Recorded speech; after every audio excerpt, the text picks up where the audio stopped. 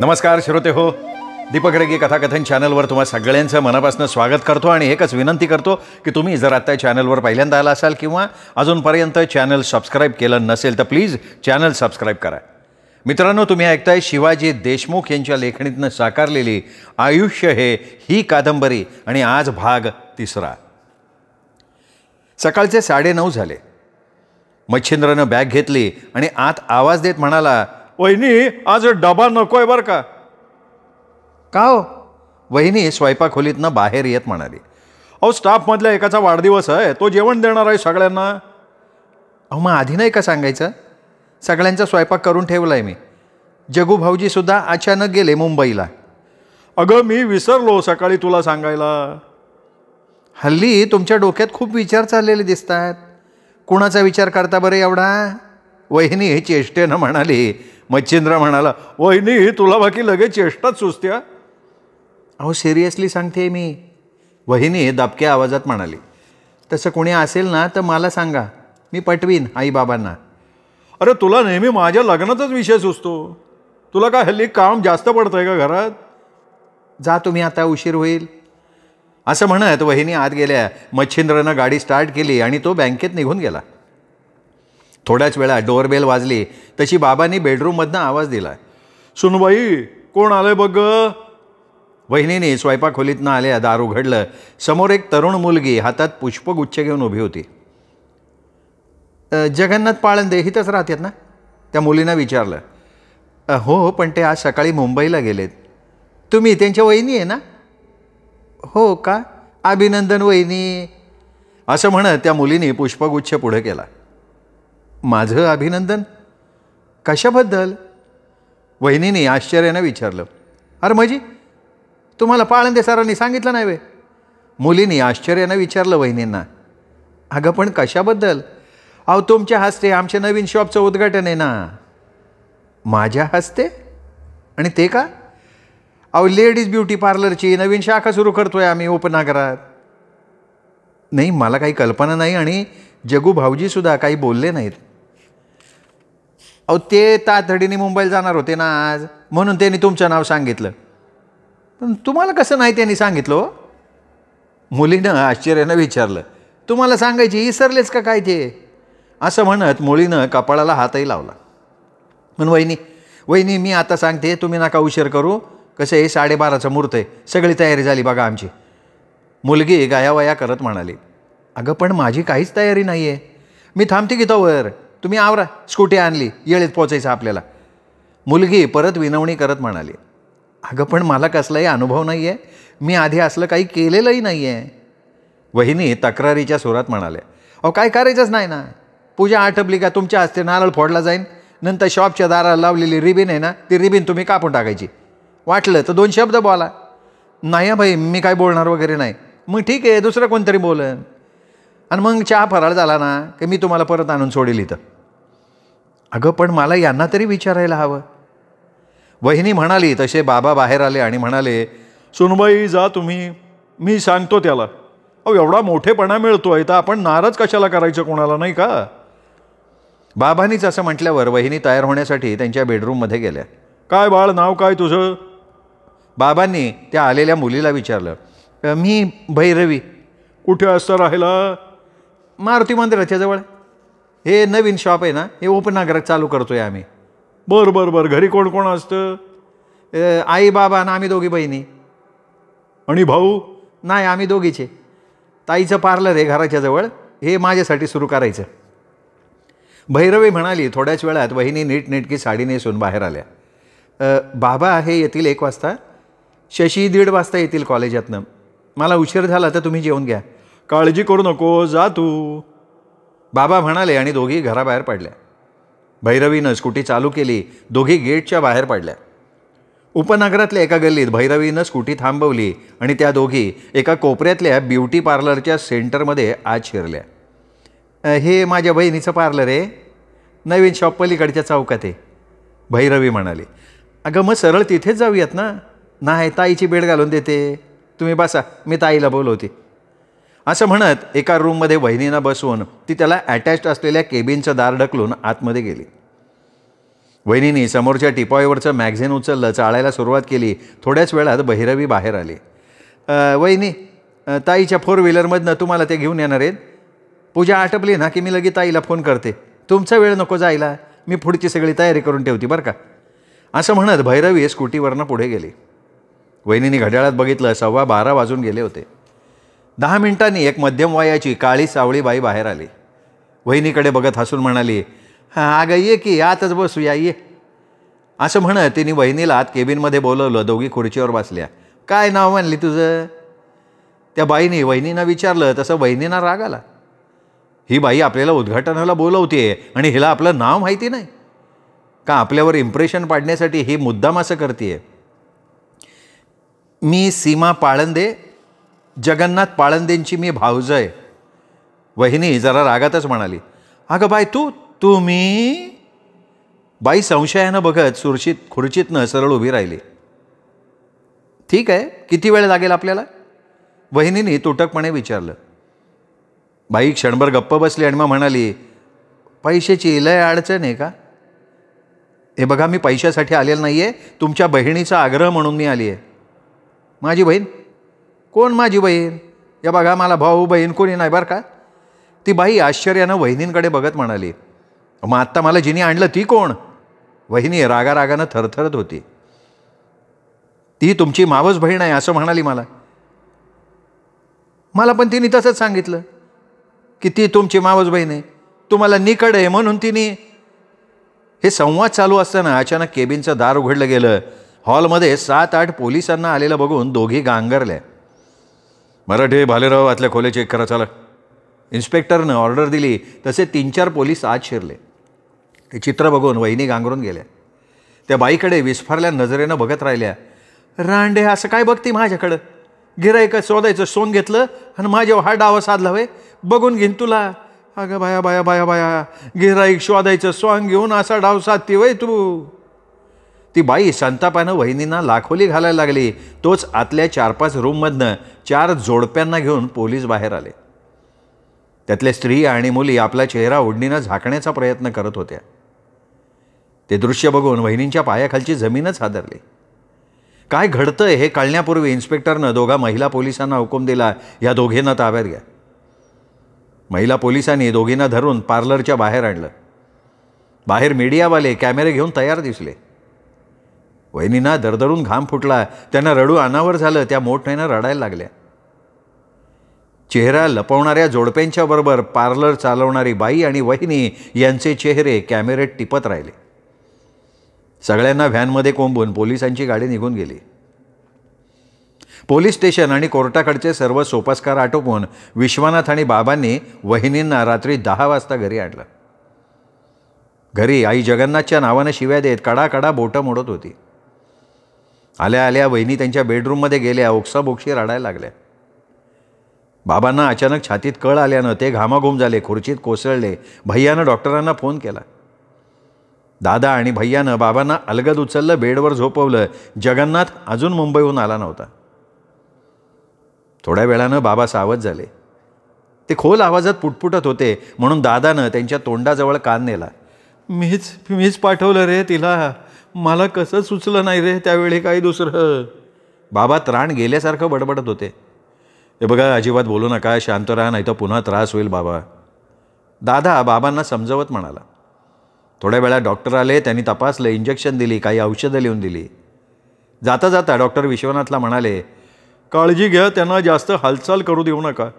Mild attack येऊन गेलाय, आता त्यांना शांत झोपू द्या. एव्हाना जगूला बातमी कळली होती.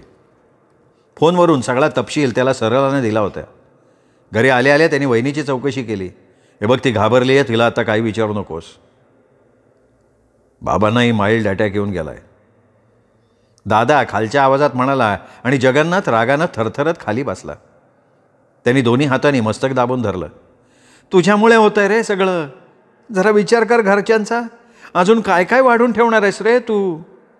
आई जगन्नाथला कळवळून म्हणाली, आता बंद कर तुझं समाजकार्याचं दुकान. ढीगभर शत्रू निर्माण करून ठेवायचे, विनाकारण घरच्यांना त्रास. असं म्हणत भैया रागानं त्याच्या रूममध्ये गेला. जगन्नाथनं TV सुरू केला. रात्रीच्या बातम्या सुरू झाल्या. पार्लरवर घातलेल्या धाडीसकट दृश्य वारंवार दाखवलं जात होतं. जगन्नाथ बातम्या ऐकून अस्वस्थ होत होता. घरात सर्वत्र स्मशान शांतता पसरली. कुणीही जेवलं नाही. जगन्नाथ या कुशीवरनं त्या कुशीवर तळमळत होता. त्याला खात्री होती हे काम शेट्टीचंच असणार. तो सकाळ होण्याची वाट बघत राहिला. दुसऱ्या दिवशी वृत्तपत्रात ठळक मथळ्याबरोबर फोटोसकट बातमी आली. ब्युटी पार्लरच्या नावानं हाय प्रोफाईल वेश्या व्यवसाय. शहराच्या उपनगर भागात नेहा ब्युटी पार्लरमध्ये हाय प्रोफाईल वेश्या व्यवसाय चालतो अशी बातमी पोलिसांना मिळाल्यानंतर पोलिसांनी या पार्लरवर अचानक धाड टाकली. तेव्हा अनेक जोडप्यांना पोलिसांनी ताब्यात घेतलं. हे पार्लर चालवणाऱ्या मालकिणीसकट सगळ्यांना अटक करण्यात आली. इथे हा व्यवसाय अतिशय गुप्तपणे गेल्या बऱ्याच दिवसांपासून चालू असून यात उच्च सोसायटीच्या विवाहित आणि अविवाहित स्त्रियांचा सहभाग आढळून आला. परिवर्तन संघटनेचे शहराचे अध्यक्ष जगन्नाथ पाळंदे यांची भावजय सीमा विश्वनाथ पाळंदे यांनासुद्धा पोलिसांनी अटक केल्याचा धक्कादायक प्रकार समोर आला आहे. बातमी वाचली आणि जगन्नाथच्या मस्तकात तीव्र कळ उठली. बदनाम करण्यासाठी अव्यवस्थितपणे केलेला प्लॅन आहे अशी मनोमन खात्री त्याची पटली. सर्वप्रथम नक्की काय आणि कसं घडलं हे विचारल्याशिवाय पुढचं पाऊल उचलता येणार नाही, म्हणून सकाळी सगळ्यात आधी तो वहिनीजवळ गेला. जगन्नाथला बघताच वहिनींना रडू कोसळलं. वहिनी शांत हो आणि काय घडलं ते मला नीट सांग. काय सांगणार, बाहेर तोंड दाखवायला जागा नाही राहिली. तुम्हीच त्या मुलीला सांगितलं होतं ना हो. कोण मुलगी वहिनी? मला खरंच यातलं काहीच माहीत नाही. घरच्यांनी कुणी कळवलं नाही मला. तुलाही अटक केल्याचं मला सरलानं फोन करून सांगितलं वहिनी. जगन्नाथ म्हणाला आणि वहिनीनीच घडलेली पूर्ण घटना सांगितली. त्या मुलीचं नाव काय होतं वहिनी? भैरवी असं नाव सांगत होती. तू तिला ओळखशील? कशी विसरीन भाऊजी मी तिला. ती मुलगी गेल्यानंतर किती वेळानं पोलीस आले? लगेच आले, 5-10 मिनिटात. याचा अर्थ जो कोणी सूत्रधार आहे त्याला पोलिसांची साथ आहे किंवा त्यांना तो माहिती आहे असं म्हणत जगन्नाथ तडक बाहेर पडला. अरे थांब ना जगू, कुठं निघालो तू? दादानं त्याला हटकलं. पोलीस स्टेशनला चाललोय मी. जगन्नाथ गाडीला किक मारत म्हणाला, अरे नको बाबा, आता काही करू, जे झालं ते खूप झालं. अच्छा, म्हणजे ही बदनामी सहन करायची? अरे व्हायची ती गेली होऊन, त्यात पुन्हा तेल ओतून काय मिळणार आहे? दादा म्हणाला तसा जगू रागानं गाडी पळवत निघून गेला. पोलीस चौकीत इन्स्पेक्टर जाधव आणि 2 कॉन्स्टेबल ड्युटीवर होते. जगन्नाथ थेट इन्स्पेक्टरच्या समोरच्या खुर्चीत जाऊन बसला. बोला. जगन्नाथकडे बघत इन्स्पेक्टर जाधव शांतपणे म्हणाले, कुणाच्या सांगण्यावरनं तुम्ही धाड टाकली हे कळेल? जगन्नाथने अगदी सरळ प्रश्न केला. हे बघा पाळंदे, तुम्ही कार्यकर्ते आहात, तुम्हाला कायदा माहीत असायला हवा. नाही, तेच माहिती करून घेण्यासाठी आलो आहे ना. आम्हाला ज्यावेळी पक्की खबर मिळते ना तेव्हा आम्ही कोणाच्या सांगण्याची वाट नाही बघत. मग पक्की खबर तुम्हाला कोणी दिली एवढीच माहिती मला पाहिजे.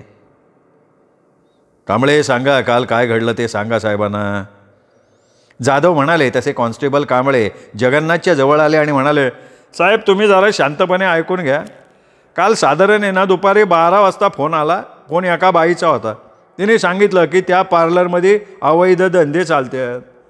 जर तुम्हाला पुराव्यासकट पकडायचं असेल तर लगेच जाऊन बघा. तुमच्या आधी तिथं पत्रकारांना काही कार्यकर्ते पोचलेले पण आहेत. आता मी त्या बाईला नाव विचारलं पण त्यांनी फोन कट केला. कसं आहे, अशा निनावी खबऱ्यांना आम्ही महत्त्व नाही देतो, पण मीडियावाले पोचले म्हणल्यावर आम्हाला जावंच लागलं ना तिथं. आणि मग पुढं काय घडलं तुम्हाला बी कळलं असेल. आमच्या आधी पत्रकार तिथं कसे पोचले हा प्रश्न आम्हाला बी पडला होता. मग आम्ही चौकशी केली आणि समजलं का त्यांना पण अशा निनावी फोननी कळवण्यात आलं. आता 4 जोडपी रंगे हात सापडली. पण तुमची वहिनी आणि त्या पार्लरवाली मालकीने ना त्यांचं चाललं होतं आम्ही पोचलो तेव्हा भांडण. त्याच्यावरनं आमची खात्री झाली का त्यांना उद्घाटनाच्या नावाने तिथं मुद्दाम नेण्यात आलं. फोन करणाऱ्याचा मुख्य हेतू तुमच्या वहिनीला बदनाम करायचा होता हे नक्कीच आहे. पण त्यांनी किंवा तिन्ही पोलिसाचा व्यवस्थित वापर करून घेतला हे आम्हाला बी मान्य आहे.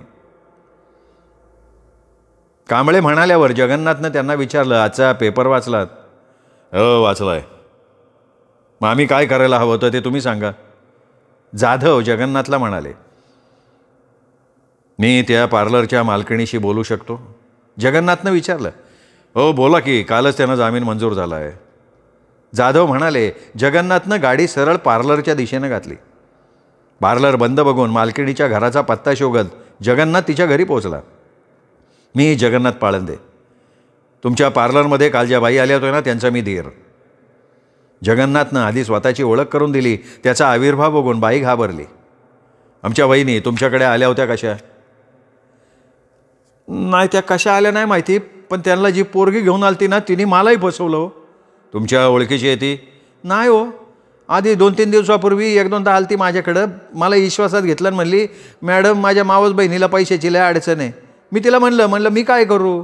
तर मला म्हणली, तुम्ही मनाव घेतलं तर तिला मदत होईल. म्हणली, ती माझी बहीण दिसायला सुंदर आहे पण तिचा नवरा दारुडा आहे. मी तिला काय मला कळलंच नाही असं दाखवलं आणि तिला परत पाठवलं. काय अशा अनोळखी व्यक्तीला धंद्यातले तपासून घ्यायला लागतं ना. पण ती परत आली आणि कळवळून मला म्हणली, मॅडम एकदा बघा तिला, तुमच्या शब्दाबाहेर नाही जाणार ती. मग मी म्हणलं घेऊन ये का बाबी, मी बोलते तिच्याशी.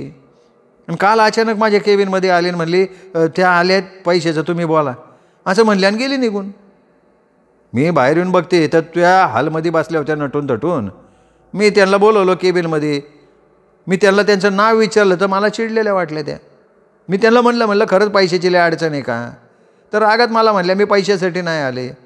त्या बाईचा ताठा बघितला आणि मी गोंधळले ना. इतक्या धाडदिशीने पोलिस जात आले. मग माझी खात्री झाली. म्हणलं ही बाई बनावट गिऱ्हाईक बनून मला रंगे हात पकडण्यासाठी आली. लई शिव्या घातल्या साहेब, मी माफ करा मला. नंतर समजलं का त्या छिनाल पोरीनं त्यांना भीक असल्या तरी उद्घाटनाच्या नावाने माझ्या पार्लरमध्ये आणलं होतं. लय वाईट वाटलं साहेब. घरंदाज बाईच्या आबरूशी खेलवाड केला त्या छिनालने. तुमच्या पार्लरमध्ये CCTV कॅमेरे आहेत? हो साहेब, काय चालू आहे तुम्हाला बी माहिती ना. मी कशाला CCTV कॅमेरे ठेवणार तिथं? त्या मुलीचं नाव काय म्हणाला तुम्ही? सायली. सायली का भैरवी? सायली. म्हणजे दोन्ही ठिकाणी खोटी नावं सांगितली तिने. साधारण कशी दिसत होती? बाईनी त्या मुलीची माहिती सांगितली. ती माहिती वहिनीने सांगितल्याप्रमाणे तंतोतंत जुळत होती. आता या मुलीचा माग काढल्याशिवाय खरा गुन्हेगार सापडणं कठीण आहे. या विचारानं जगन्नाथ तिथनं बाहेर पडला आणि परिवर्तन पक्षाच्या कार्यालयाकडे निघाला. वाटेत त्याचा मोबाईल वाजला. गाडी थांबून त्याने मोबाईल कानाला लावला. Hello hello Jagudada. आवाज शशीचा होता. जगूदादा घरी ये, लवकर ये घरी रे, लवकर ये. काका काय झालंय काय? अरे वहिनीने गळफास घेतला दादा. शशीने रडत सांगितलं. जगन्नाथाचं मस्तक शून्य होऊन गेलं. मोटरसायकल तशीच जमिनीवर सोडून तो क्षणभर वेड्यासारखा मोबाईलकडे बघत हॅलो हॅलो शशी दाटलेल्या कंठातनं त्याच्या आवाजच फुटत नव्हता. फोन बंद झाला. जगन्नाथाला सगळं संपल्याचा भास झाला. कपाळावरचा घाम पुसत त्याने गाडी उचलली. तो वेगानं घराकडे निघाला. घरापुढे प्रचंड गर्दी आणि आतून येणारा कल्लोळ बघून जगन्नाथ तीरासारखा आत शिरला. दादा वहिनीच्या प्रेताकडे पुतळ्यासारखा टक लावून बघत बसला होता. आईने आकांत मांडला होता. शशी आणि भैया लहान मुलासारखे रडत होते. वहिनी काय केलंस तू हे? असं म्हणत हंबरडा फोडत जगन्नाथ वहिनीच्या पायांवर झेपावला. पंख्याला लटकलेली अर्धवट कापलेली ओढणी निर्जीवपणे लोंबकळत होती. वहिनीचे वटारलेले डोळे आणि बाहेर आलेली जीभ मनाचा थरकाप उडवत होती. घरात सर्वत्र आक्रोश आणि गोंधळ माजला होता. त्याही अवस्थेत आई संतापानं जगन्नाथाला वहिनीच्या प्रेतापासनं दूर ढकलत ओरडली, दूर हो करंट्या. अरे करंट्या, तुझ्यामुळे झालं हे. आता तरी तोंड काळं कर. माझ्या सोन्यासारख्या संसाराला आग लावली यांनी. असा आक्रोश करत छाती बडवत आई जगन्नाथाला शिव्याशाप देत होती. जगन्नाथ दगडासारखा गोठून गेला. त्याच्या डोळ्यातली आसवं जाग्यावर थिजून गेली. तेवढ्यात त्याला बाबांची आठवण आली. तो गर्दीत बाबांना शोधायला लागला, पण बाबा कुठेही दिसत नाहीत. म्हणून तो तडक त्यांच्या बेडरूममध्ये गेला. बाबा बेडवर निपचित पडले होते. तोंडातून फेस मानेपर्यंत गळत होता. ते बघून जगन्नाथ मोठ्यानं ओरडला. त्याची किंकाळी ऐकून काही जण तिकडे धावले. त्यांनी बाबांची नाडी बघितली. तोंडातनं श्वास द्यायचा प्रयत्न केला. एकानं छातीवर दाब देऊन बघितला, पण सगळं संपलं होतं. ते बघून आई बेशुद्ध पडल्या. दादा भैया आईला सावरत होते. शशी भेदरल्यासारखा आकांत करत होता. घरात आणि बाहेर एकच कल्लोळ माजला. डोळ्यासमोर 2 चिता धडधडत असताना जगन्नाथाचं चित्त जळून खाक होत होतं. प्रेतयात्रेला जमलेला प्रचंड जनसमुदाय एखाद्या शांत समुद्रासारखा भासत होता. सामंतसाहेब जगन्नाथाशी सांत्वनपर बोलत होते, पण जगन्नाथाचं त्यांच्याकडे लक्ष नव्हतं. अंधार दाटून आला. हळूहळू स्मशानातली गर्दी पांगायला लागली. सामंतसाहेब पक्षाचे कार्यकर्ते परतले. दादा भैया शशीला लोकांनी घरी नेलं. खूप वेळपर्यंत जगन्नाथ एकटाच त्या विझत चाललेल्या चितांकडे बघत बसून राहिला. रात्र झाली. जगन्नाथ भानावर आला आणि जड पावलांनी चालत घरी न जाता पोलीस चौकीत हजर झाला. सर, मला अटक करा सर. जगन्नाथ इन्स्पेक्टर जाधवांच्या पुढे खाली मान घालून म्हणाला. जाधव क्षणभर त्याच्याकडे बघत राहिले आणि मग म्हणाले, कशाबद्दल अटक करू तुम्हाला? सदोष मनुष्यवधाबद्दल. जगन्नाथ शांतपणे म्हणाला, पण तुमच्या विरुद्ध तशी तक्रार नाही आहे. जाधवसाहेब तक्रार देणारे तक्रार देण्याच्या मनस्थितीत नाही आहेत आणि असले तरी ते तक्रार देणार नाहीत, म्हणून त्यांच्या वतीनं मीच सांगतोय, गुन्हा नोंदवून घ्या. हे बघा पाळंदे साहेब, आम्ही तुमची मनस्थिती समजतो. तुम्ही शांत व्हा, अविचार करू नका तुम्ही. जाधव जगन्नाथला समजावण्याचा प्रयत्न करायला लागले. तसा जगन्नाथ जरबेत म्हणाला, तुम्ही तुमचं काम करा इन्स्पेक्टर साहेब, मला ताटकळत ठेवू नका. जगन्नाथचं हे निर्वाणीचं बोलणं ऐकून जाधवांनी फिर्याद नोंदवायला रजिस्टर उघडलं, पेन हातात घेतलं. फिर्यादी पाळंदे कुटुंब विरुद्ध आरोपी जगन्नाथ विश्वास पाळंदे. जगन्नाथ मजकूर सांगत गेला. जाधवांनी मजकूर लिहून घेतला आणि शेवटी, मी आरोपी जगन्नाथ पाळंदे कबुली जबाब लिहून देतो की माझ्यावरचे सगळे आरोप मला मान्य आहेत.